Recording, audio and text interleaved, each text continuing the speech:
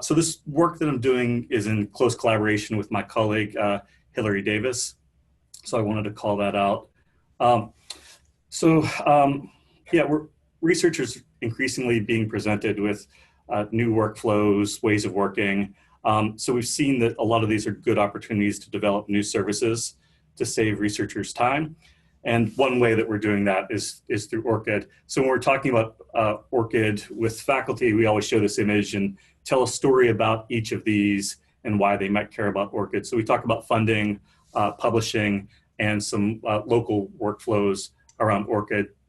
And I could go on about each of those, but today I'm going to talk about what we're doing with that ORCID and funding story. So lately that's been a big part of how we've been introducing ORCID and partnering with campus. So if you're not familiar, yes? Sorry, I'm just going to interrupt you real quick to let you know that your Zoom chat and the participant list are kind of blocking the slides. There you go. How's that? Is that better? Yes, that looks perfect. Can everybody see that full slide there? All right, great. Okay, yeah, sorry about that. Continue on. It's okay. Yeah. So, so increasingly funders are requiring or recommending use of ORCID. So, for instance, last year NIH began with requirements for individuals for some of their funding streams to have an ORCID record. And so for us, we want to make those records complete for them so that if they get if the link gets visited, there's something there. And then now beyond just requiring ORCID, NIH and NSF, they require biographical sketches, often just called biosketches. So rather than re-entering things like employment and educational history, ORCID data can be fed into these systems. So NSF will soon be requiring a new biosketch format, which currently can only be generated with a system developed by the NIH called Science CV. And so this is the system that you can use to create NIH and NSF biosketches, in the future potentially other biosketch formats for other funding agencies, so that you get the correct format for that to meet compliance checks. So how does ORCID relate to this system, Science CV? You can use ORCID to pool citations for the product section of your NSF biosketch and for some other sections as well. So one of my colleagues in the libraries, some of my colleagues in the libraries created a guide for how to get started with creating a biosketch with Science CV. Our research office asked back in the middle of last year when the draft NSF PAPG came out, if we could do this. And so there's a link there to that guide. So we'll say, like, our ORCID membership is in part funded by our Office of Research and Innovation, but it really wasn't until this latest NSF change that we really kicked off a whole new area of partnership with them. And the approach that we've taken is to try to train the trainers. And we've done this at some university level events. So we got ourselves invited to a research administration retreat, which then led to an invite to be on a panel for research admins to answer more questions about Science CV and ORCID. And then presented to the University Research Council, which is the faculty voice for research at NC State. And since then, we also got invited by research administrators. So previously we've been inviting ourselves or being invited by faculty to department meetings. Now we're finding that it's research admins who are trying to get us to come in to present about ORCID and library services. So we did a College of Sciences NSF Career Award workshop and got invited to Computer Science Department, College of Natural Resources meeting. And then late last year, we had some memos and alerts starting to come out from research admins to their faculty. So for instance, the College of Agriculture found all the researchers who had applied for NSF funding in the past and then used our system, which I'll show in a moment, to identify those who hadn't linked their ORCID ID already. And then they sent an email to those folks which led to a big uptick in ORCID connections and use of our services. So when we present about ORCID and Science TV, we have this, which I'll make very compressed. So we show how to sign in. We show how you can sign in with your NC State credentials, but you can also sign in with your ORCID credentials. We show how to navigate NCBI, which is new for NSF researchers, that you got to look at the bottom right of like a very busy screen in order to find where you can manage your biosketch. Jason, yes. sorry to interrupt again. Are the slides advancing? We're just seeing the ORCID at NIH slide. You're not seeing products? Let me see if I can. I can see it now. I can see it now. It wasn't advancing. So am I going too fast for? I think you're going fine. I just wasn't sure if there were slides that that we weren't seeing. So you see the products slide right now? Yeah, I can see that. Mm-hmm. Okay. So if you have your ORCID record associated in the system, then you can pull in your publications, and then it's just as simple as ticking some boxes in order to select what to include.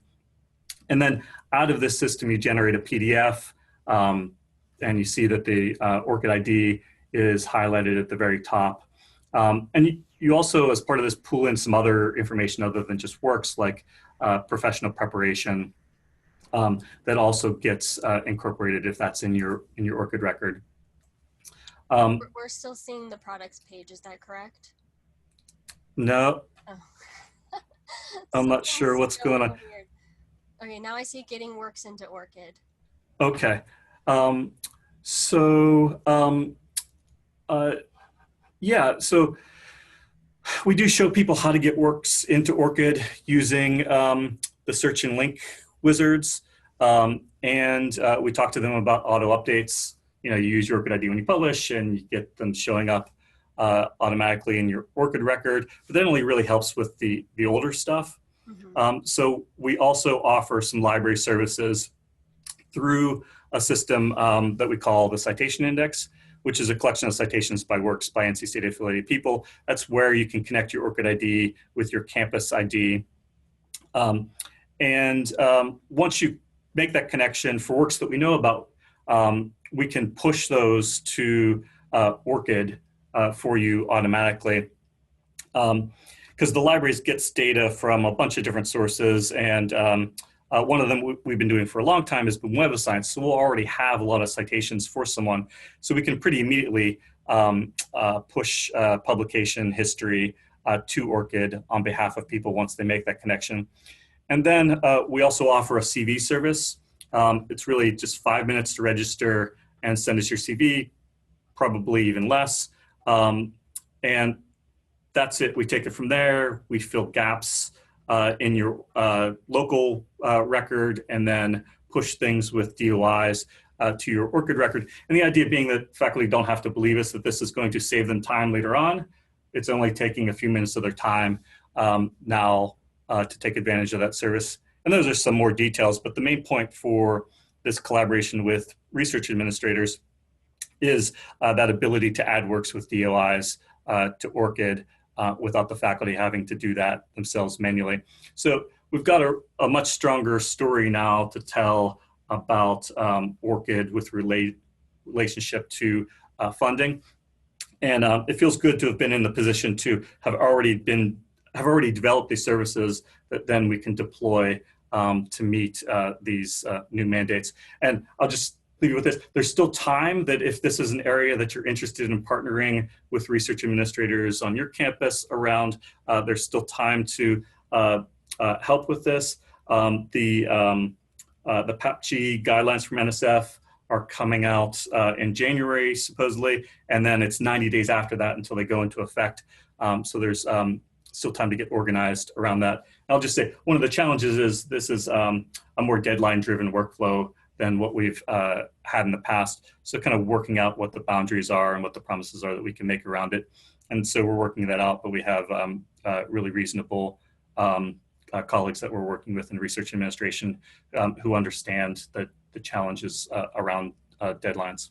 Anyway, and there's more information. There's our guide. You can feel free to take anything from that you'd like. Awesome. Thank you so much, Jason.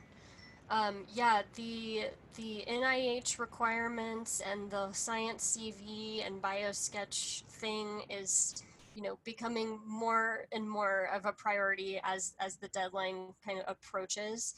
And so just a side note that I think we're going to try to schedule another community call specifically around science CV and all of that. And I'm trying to also get, see if I can get some representatives from NIH to come and talk with us and help answer questions and stuff too. So just bookmark that and stay tuned for more, especially if you are working with researchers on their science CV biosketch. Okay, so thank you so much to all of our presenters for helping us kind of kick off this conversation. Now I want to check in and see if anybody else on the call has something they want to share, a burning question, or just anything that you want to pipe up with to get our discussion started. Anything that stood out to you from the presentations?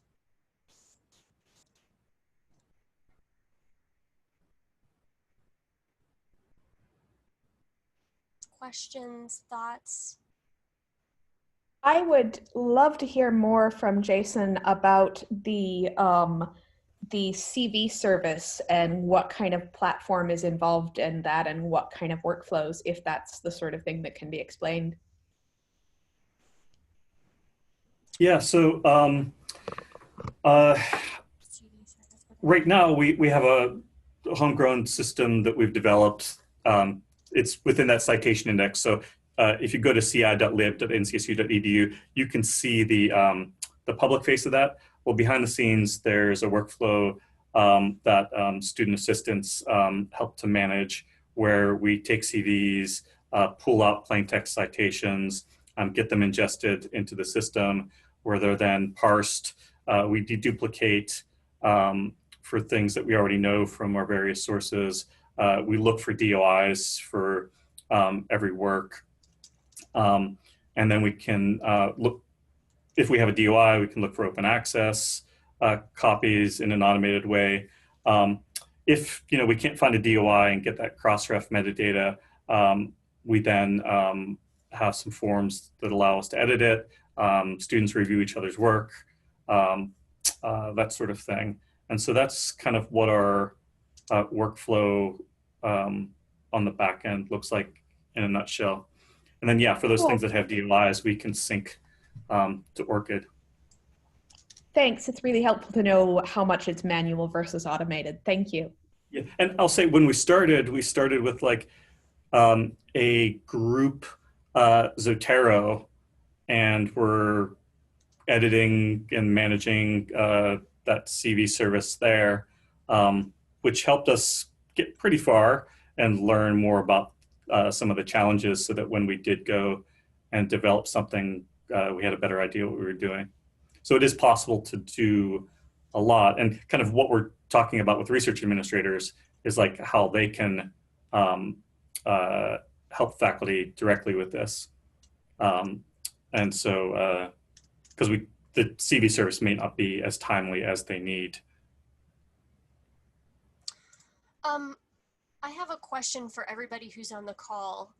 I'm wondering to what extent, this group of people that we have on the call are, at the very beginning of starting to think about partnering with other stakeholders at your institution, or like, have you made headway? I'm wondering if anybody who is at the very beginning of this process and has not really started working with other stakeholders, maybe putting like a +1 in the chat just so I can get an idea of where everybody's coming from, or feel free to pipe up also if you want to unmute and say a little something about where you are, currently, if you think of kind of a spectrum of, you haven't done anything to try to work with anybody versus, you know, you've already been working with the research office or whomever else. I'm just wondering, you know, what would help this, yeah, what would help this group that's on the call the most in terms of focusing our discussion? Hi, Sheila. This is Mary Ann. Yeah. So I am at the very, very beginning of this. I took the scholarly communication position. I was a former electronic resources librarian. So I've been in this position for 6 months now, and I'm still at the very beginning. Yeah. And so my question is, for a lot of the people here, how many people are on your team that are working on this? Because I'm a shop of one. And so I've had a really difficult time juggling all of the different aspects of scholarly communication. And ORCID currently is kind of fallen by the wayside while we work on some open data stuff. So anyways, I'm curious to know from other people, how many people are on your team? Is there anyone either from our presenters or just anyone on the call want to speak to that? Yeah. Oh, sorry. Go ahead, Devin. I'll jump in after you. Okay. Yeah, there's just 2 librarians, for that's worth, have been involved in like the ORCID push at our institution. But then we, you know, in the spirit of this call, you know, put together a team with representatives from a bunch of other partners, and that team numbers about 6. And then there are other people that we've lent on or leaned on for, you know, to do some of the work. So I mentioned that central IT integration, that was all done by, you know, like developers at our ITS.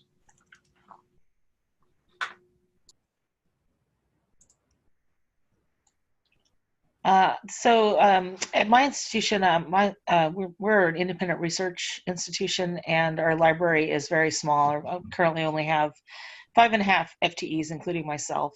I have been the main sort of representative on the ORCID, on our ORCID team. Our scholarly communications librarian has also been involved, but she's pretty much been at capacity and is now going out on maternity leave. So I think I'm going to be leading the charge. We did, so the library was reorganized into our research administration group earlier this year. And our research administration VP has been very open to the idea of trying to put together a stakeholder group to advance an ORCID policy and integrations at the institution. So that's been enormously helpful. We are also in the process of evaluating a new system for publications management. We're looking at symplectic elements, and the ORCID integration for that system has been very appealing to our group. So I think we're finally gaining some traction after a couple of years of kind of spinning our wheels on this, but it has been enormously helpful. We had a stakeholder meeting a couple of months ago, pretty high level stakeholders from research administration, IT, our grants and contracts groups, and human resources to try and look at our systems and where we might implement integration. So that's really been helpful to get other people involved. I think there's some resistance to implementing in some of our existing systems, particularly from our HR group. They don't want to tackle another integration at this time. They're also managing a migration to another HR system. So that's a lot for them to, you know, sort of wrap their heads around. But I do think that we're gaining some traction finally after a lot of years of not really getting anywhere with it. Yeah, I think, and maybe other people on the call can speak to this, but that I think is pretty, a standard thing that I hear a lot is like, oh, we've been, you know, slowly having these conversations for a while, and it just takes time to kind of build up that momentum. Does anybody else want to speak to that? And I'm also seeing some really good comments in the chat too, so thank you for that. And definitely anyone feel free to unmute and pipe up if you want to add something. I also wanted to add that I think that where we've seen the most success, and we're so early days still, I can't really claim that this is success yet, but what seems to be the most successful driver at my institution is starting to look at ORCID as a suite of open science tools. And there's a lot of interest in open science initiatives. So this, I think, dovetails really nicely with that. And that's going to help us really move forward as well. So if you can find those initiatives at your own institution that ORCID will coincide with, I think that's really helpful. Yeah, true. Thanks, everyone. Any other comments around this?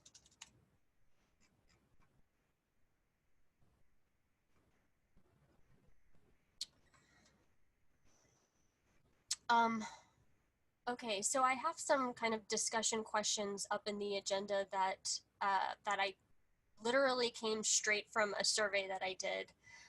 And so these are questions directly from the community. I'm not sure if any of these actual people are on the call, but a lot of questions about, is it better to go to the upper levels of administration first and try to have more of a top-down approach? Or, how do you get other administrators on board if maybe they haven't heard of ORCID yet? And I don't know if we're moving into a phase where most people have heard of ORCID at this point, especially with the NIH requirements. But does anyone on this call have any insight to share around different approaches, like going to upper levels of admin versus just, going more grassroots from bottom up? And then, communicating why other stakeholders should care about ORCID. Any insight around those topics?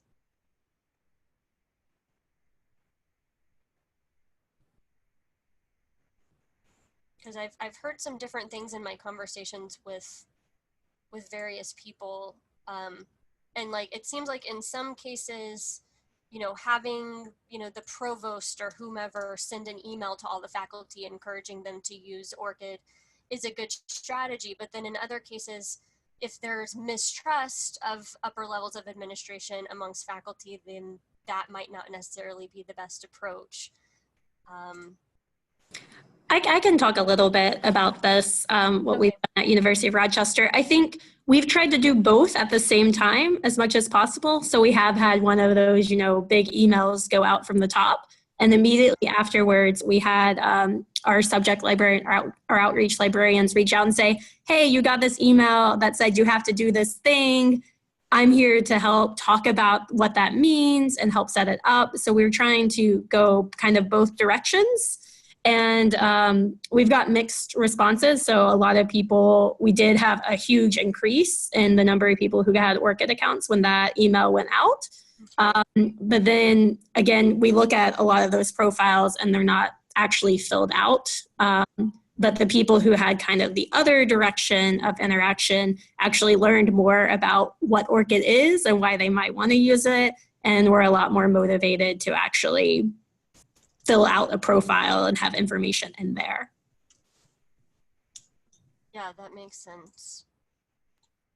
I'm curious if you have, do you have an integration, or are you just sending people to straight to ORCID to create their profiles?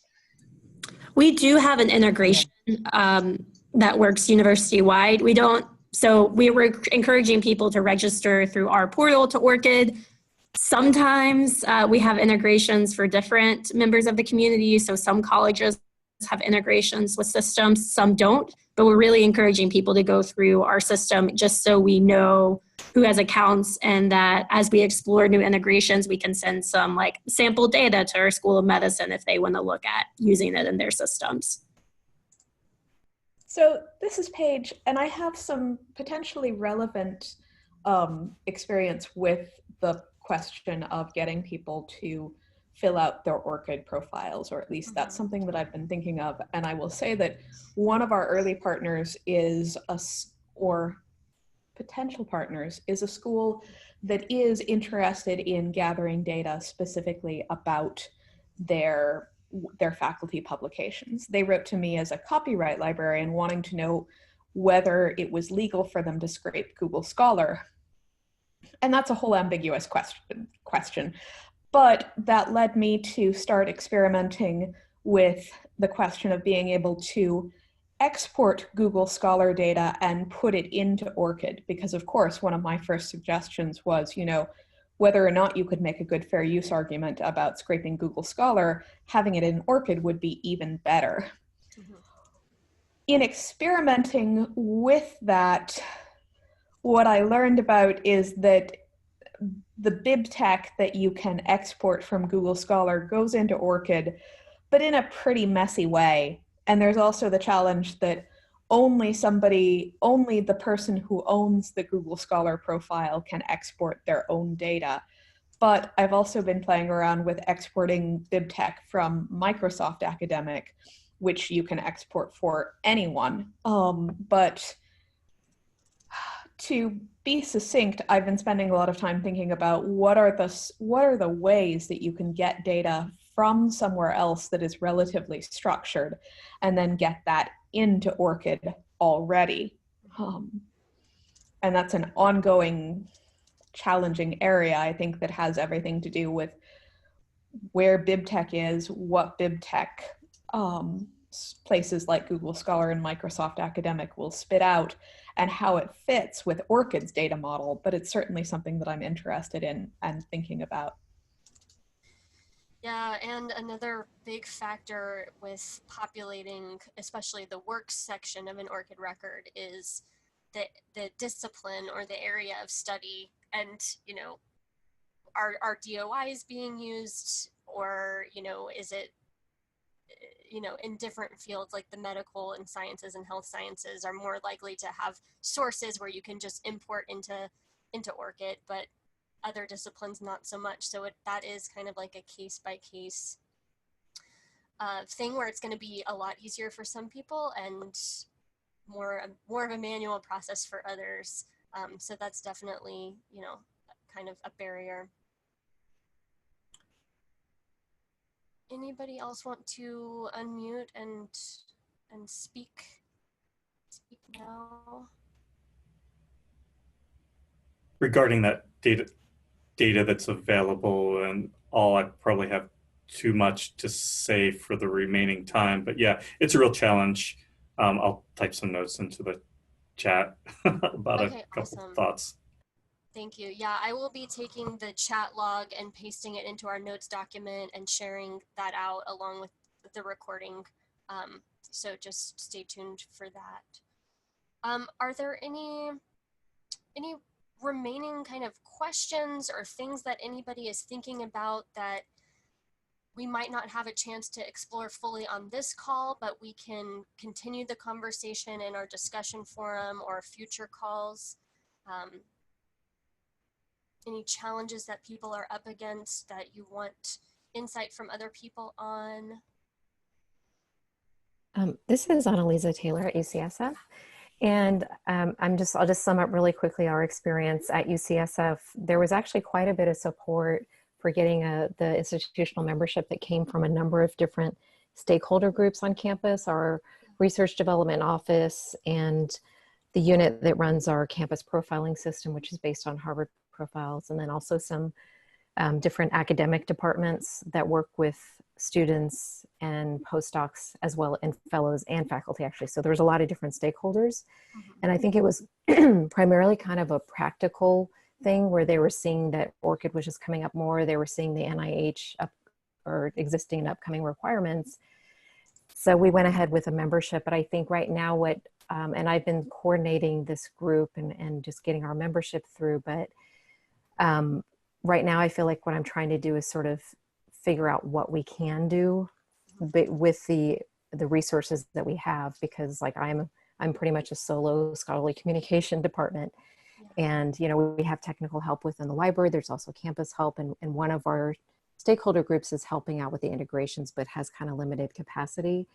And I think one of the people who's been really vocal in support of ORCID has also thought like, okay, now we have a membership, we can do all this stuff, right? Like we can make all this stuff happen. And it's been a little bit of kind of managing expectations. It's like, well, you know, yeah, there are things we can do, but it takes work, and it's also a voluntary process. Like the people have to actually opt in to having their information shared with these other systems. And so I'm just wondering if anyone has had experience with that, of just kind of having to manage expectations and sort of deal with realistic scenarios. Totally. Yeah. I mean, a lot of it's because like we're really excited about ORCID and we see its future potential in so many cases. It's not going to immediately until we've got like saturation across the university and those records have data in them.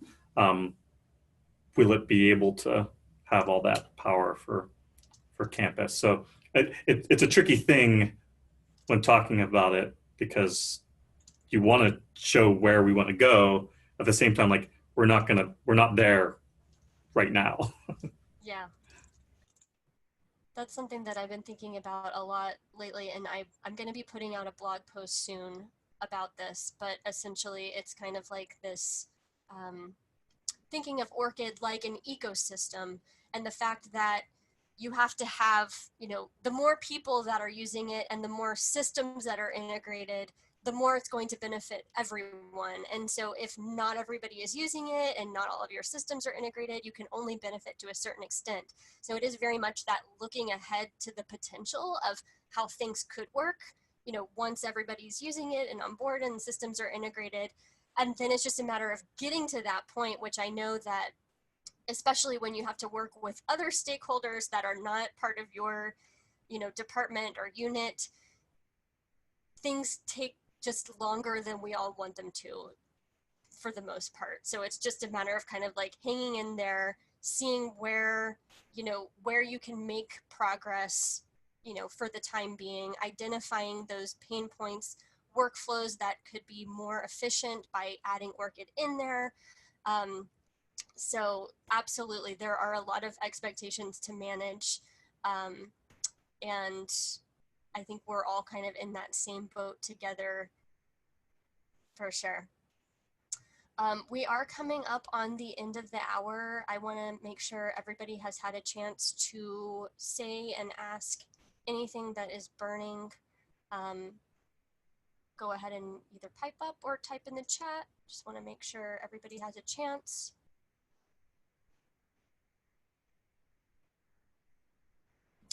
And while you may be thinking about any last minute things that you want to say, I will turn your attention to some resources that we have available specifically around the topic of partnering with other stakeholders.